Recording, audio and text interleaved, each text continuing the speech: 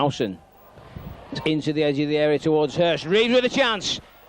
Oh, and a chance now for Gareth Davies on his Football League debut, and he was denied there by the legs of the Port Vale defence. Brandon with the shot, just wide of the Port Vale goal. Referee says goal kick as the players appeal for a deflection. But a chance then all of a sudden as Chesterfield built down the left-hand side. The ball went into the edge of the area. David Reeves had a shot, didn't quite come off. It did drop though to Gareth Davies, number 19 on his Football League debut. Wouldn't that have been good for him?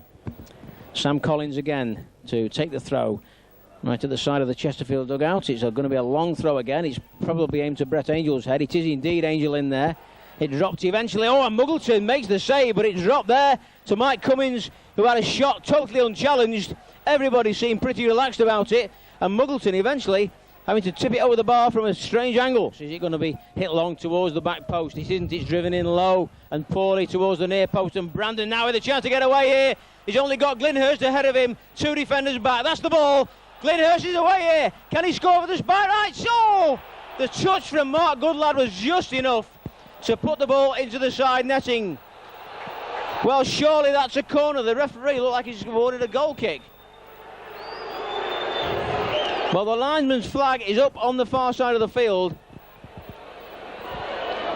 But for what? I'm not quite sure. That's Glyn Hurst got through there, and Mark Goodlad got a hand on the ball there and touched it wide into the side netting. A great chance there for Chesterfield to have taken the lead, but the linesman's flag went up and that would have spoiled it. Former Derby County man lifts the ball into the box again. Angell climbing with a header. It's off the line. Driven in again by Briscoe and into the supporters that time behind the goal. But that's what Port Vale have been looking for all match, really.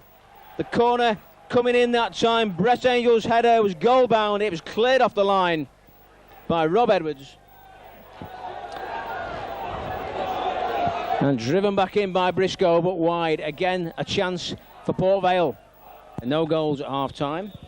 Chesterfield 0, Port Vale 0 as we kick off the second half, and Port Vale playing towards the Kop end now where the Chesterfield supporters are. And it's Mark Bridge Wilkinson on the ball straight away. He threads that one through, looking for McPhee, but it's cut out by Kevin Dawson, who plays it forward for Chesterfield. It's up to Reeves. In for Chris Brandon. Lively player, Chris Brandon, and Edwards has made a good run on this left-hand side. Over on the far side, Gareth Davies now puts the cross in. Reeves is in there. Hurst with a chance. Hurst with a shot, and Edwards scores! Edwards puts it in the back of the net. And Chesterfield, in the 46th minute, take the lead against Port Vale. The ball on the far side of the field. It was Gareth Davies that put the cross in. It was David Reeves with the flick. Glyn Hurst had a chance for a shot. The defenders denied him, but Rob Edwards was in there to give the Spireites the lead. It's Reeves on the ball now. Turns it back to Dawson. It's a good ball from Dawson. A chance here for Gareth Davies. If he can get his cross in, he's got to the bar and he's pulled it back. Brandon! Oh, yes! Chris Brandon gets his first goal for Chesterfield. And what a goal it was! The man of the match scores Chesterfield's second goal with 41 minutes of the second half. Just 4 minutes remaining. Chesterfield 2, Port Vale 0. Thank you very much, Chris Brandon.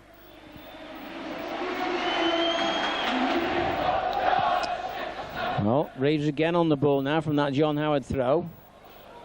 And somehow Chesterfield retain possession. Hudson! Good save from Goodlad. Good snapshot there from Mark Hudson. And Chesterfield could have increased that even more. It would appear Reeves he won't get a goal in his first game on his return to Saltergate. He certainly had an effect on the forward line though.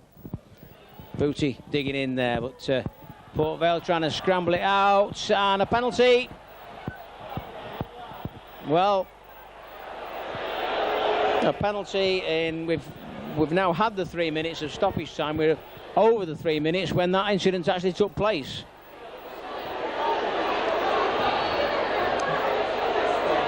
Well, there was one or two people in there. Who exactly was at fault, we're not sure. And the penalty now, Brett Angell to take it against Carl Muggleton. Well, Angell scores.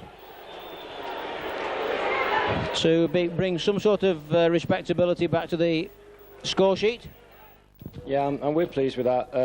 I thought, you know, it's been a bit harsh the last 2 games, and we've learned a couple of lessons, and we put that right today. We learned some harsh lessons against Swindon and here at home. I learned some lessons against QPR at the death.